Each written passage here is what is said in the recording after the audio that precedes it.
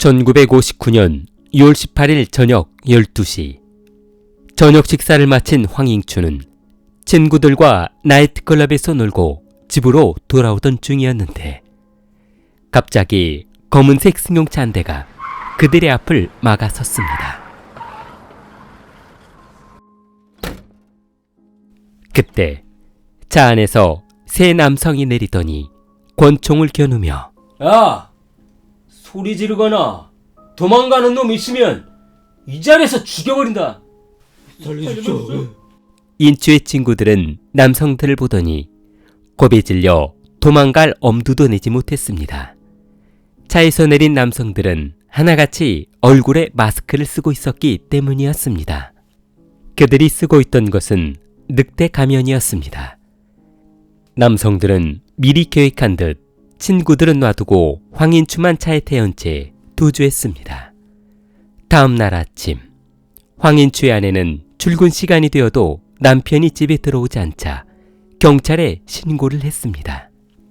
경찰은 동행했다는 친구들을 불러 사건 당시의 상황을 물어보았으나 범인들이 고개를 숙이고 있으라고 해서 아무것도 기억나지 않는다고 했습니다.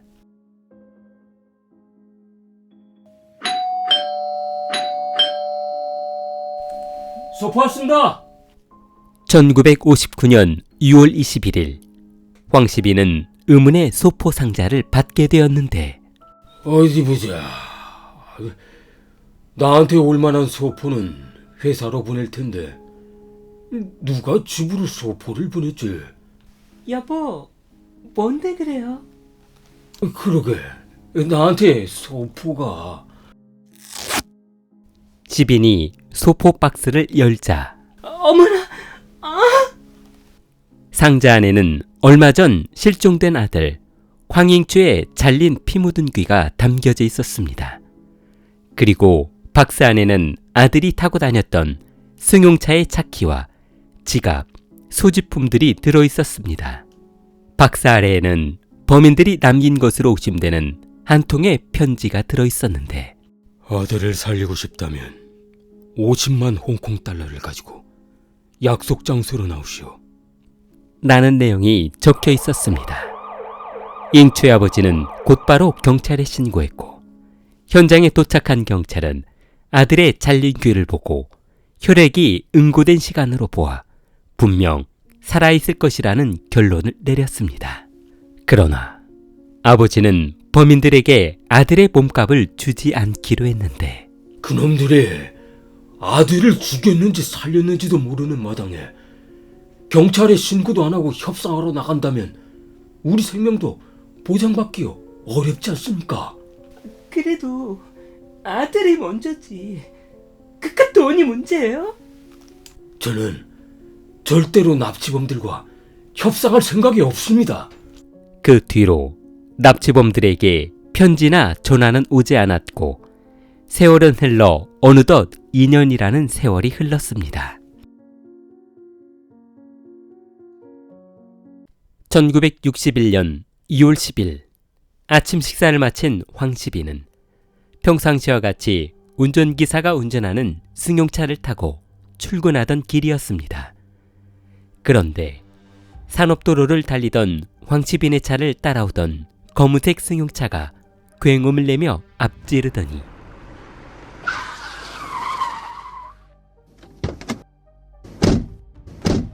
세 남자가 차에서 내렸습니다. 그들은 얼굴을 늑대 가면으로 가리고 있었는데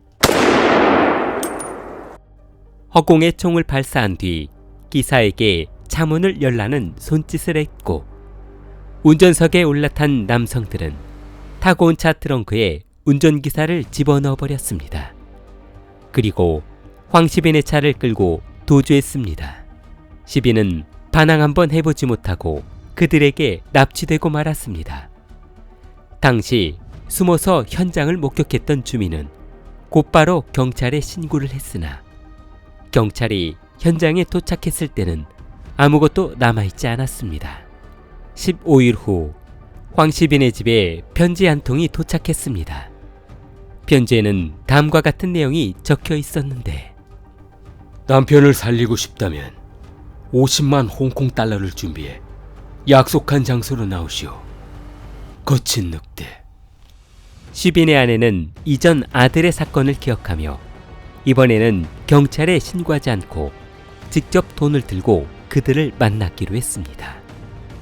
1961년 2월 25일 새벽 1시 그들이 약속한 장소를 따라 골목길에 들어선 그녀는 너무 무서워 등골에 땀이 흐르기 시작했습니다.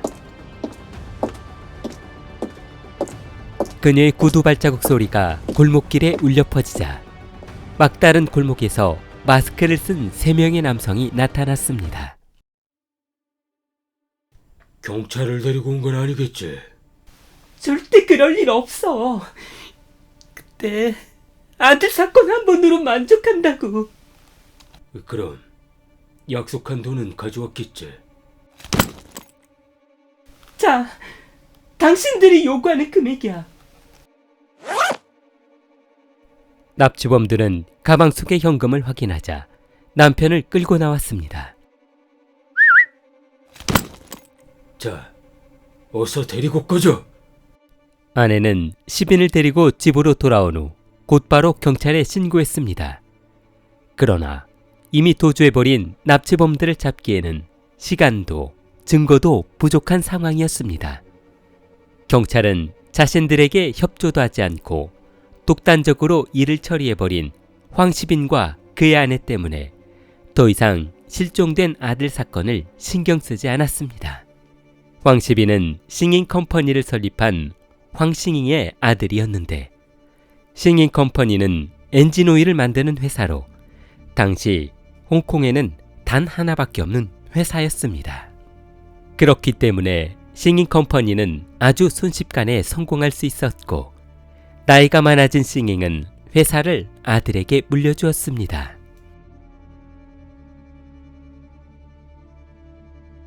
(1961년 12월 10일) 오전 11시 도로를 순찰 중이던 경찰은 어디선가 들려오는 비명소리에 멈춰 섰습니다. 사람 살려! 사람 살려! 경찰은 호각을 불며 남성을 폭행하고 있는 현장으로 달려갔습니다. 구타하고 있던 2명의 남성은 도주하기 시작했고 쓰러져 있던 남성은 무사히 구조되었습니다. 구타했던 남성 중 한 사람도 얼마 못 가 잡히고 말았고 그들은 경찰서 조사실로 끌려가 조사를 받기 시작했는데 당신들 왜 싸운 거야? 저놈들이 나를 죽이려고 해요. 그게 무슨 말입니까? 그냥 치고 패고 하던데. 당신들 혹시 늑대가밀 사건 알아? 늑대 가면이면 그 황시빈 씨하고 아들 납치했던 사건을 말하는 건가? 그래! 저놈들이 그 사건 범인들이란 말이야. 리웨이, 이민현, 마광춘 이렇게 센 놈이라고. 경찰은 단순 폭행 사건으로 연행해온 사람의 입에서 늑대 가면 사건이라는 말이 나오자 상부에 보고했습니다. 리웨이는 1930년 중국에서 태어나 1948년 아버지를 따라 홍콩으로 들어왔습니다. 황시빈의 사촌동생이었던 리웨이의 아버지는 시빈에게 부탁해 싱잉 컴퍼니에서 일할 수 있도록 일자리를 부탁했습니다. 그러나 아들은 얼마 못 가 일을 그만두고 말았는데 나 참, 고작 월급 25만 원 받자고 나를 거기에 취직시킨 거야? 어디 가서 일해도요 이것보다는 더 받겠어. 그래도 남 밑에 있는 것보다는 친척 회사에서 일하는 게 퇴사당할 일도 없고 때 되면 급여도 올려줄 텐데 조금만 참고 다녀보지 그러냐? 됐어요. 친구들이 나이트클럽에서 일하고 있는데 제 월급보다 몇 배는 더 벌더라고요. 거기 가서 일하려고요. 리웨이는 퇴직 후 나이트클럽에서 웨이터로 일하며 100만 원이 넘는 월급을 받았지만 단속에 걸린 클럽은 2년도 못 가 문을 닫고 말았습니다. 광천아, 뭐해? 아이씨 뭐하게 이 촬영장에서 쓸 가면 만들고 있지. 너 아직도 그 일하고 있냐? 그거 해가지고 돈벌이가 되겠냐고.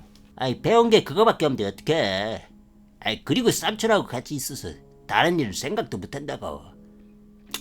그런데 웬일로 전화를 다 주시고?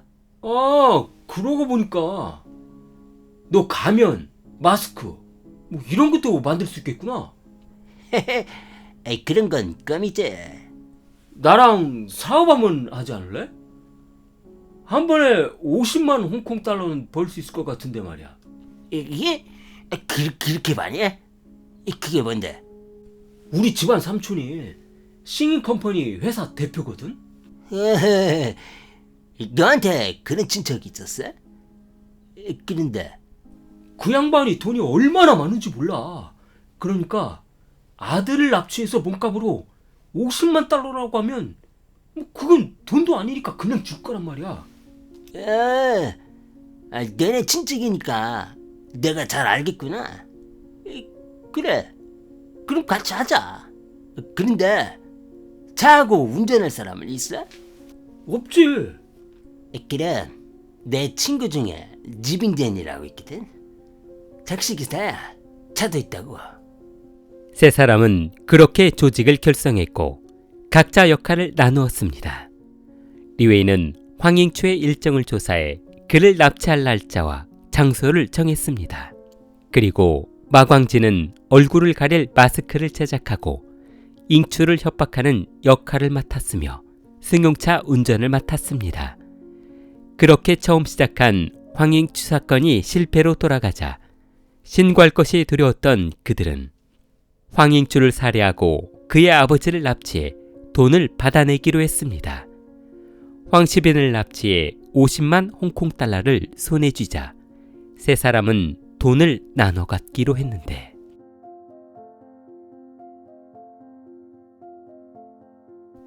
그동안 돈이 없어 항상 돈을 빌리고 다녔던 리웨이가 갑자기 돈 씀씀이가 커지자 그에게 돈을 빌려주었던 귀자이프가 그를 보자 너 요즘 신수가 환해졌구나.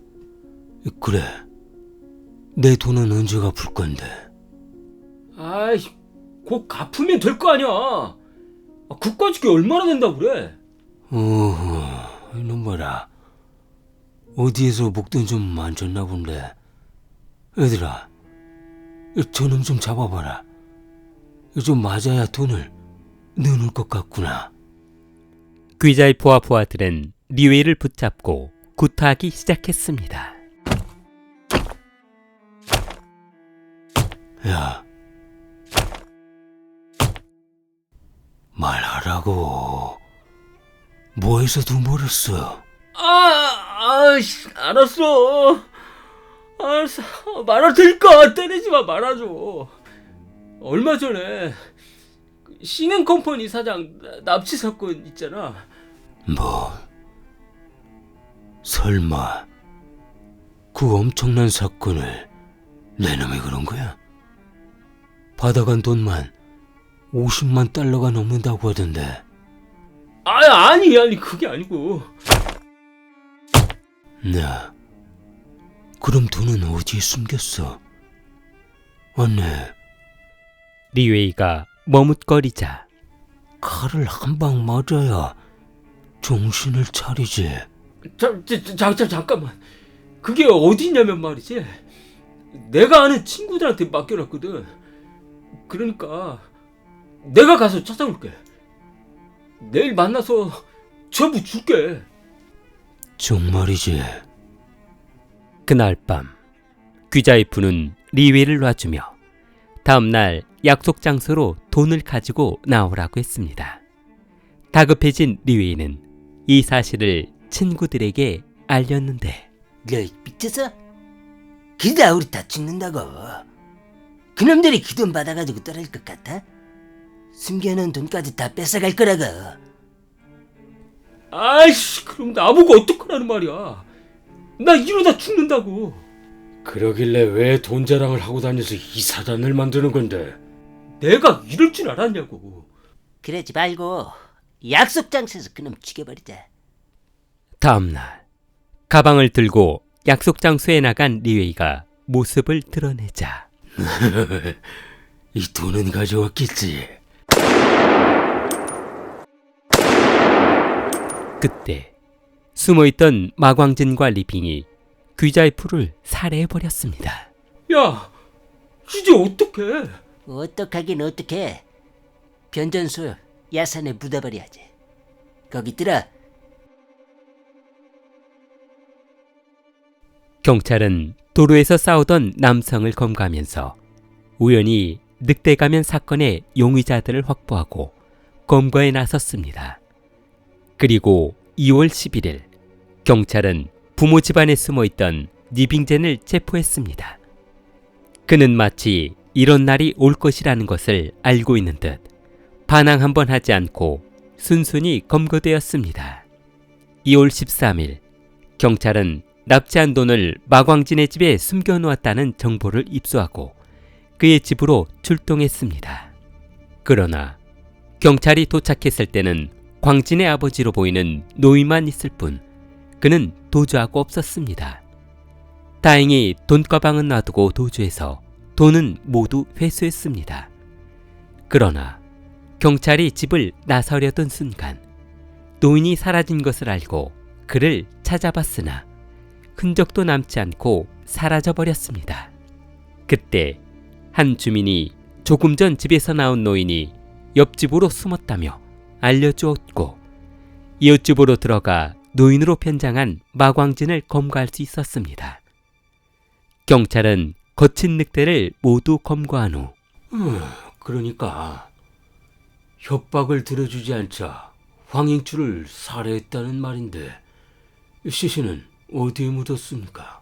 스펄스로드 11번가 변전수 옆 야산에 묻어버렸습니다. 경찰은 광진이 진술한 장소로 출동했고 조사 1시간 만에 시신 한 구를 발견했습니다. 고인은 니트를 입고 갈비뼈와 목 부위가 골절이 되어 사망해 있었는데 시신을 부검한 결과 그는 황인추가 아니었습니다. 지금 경찰 가지고 장난하는 거야? 저 사람은 누구고? 광인추 시신은 어디 있냐고? 아이, 그러길래 잘 파보시지 그랬어요. 그 옆에 있을 텐데. 그럼 저 시신은 누구야? 아, 그놈이요? 귀자이프라는 놈인데요. 뭐, 돈을 나눠주지 않으면 납치 사건을 경찰에 신고한다고 해서 죽여버렸습니다. 경찰은 그 인근을 모두 파본 결과 백골이 된 시신을 발견했는데 부검 결과 황인추의 시신인 것으로 밝혀졌습니다.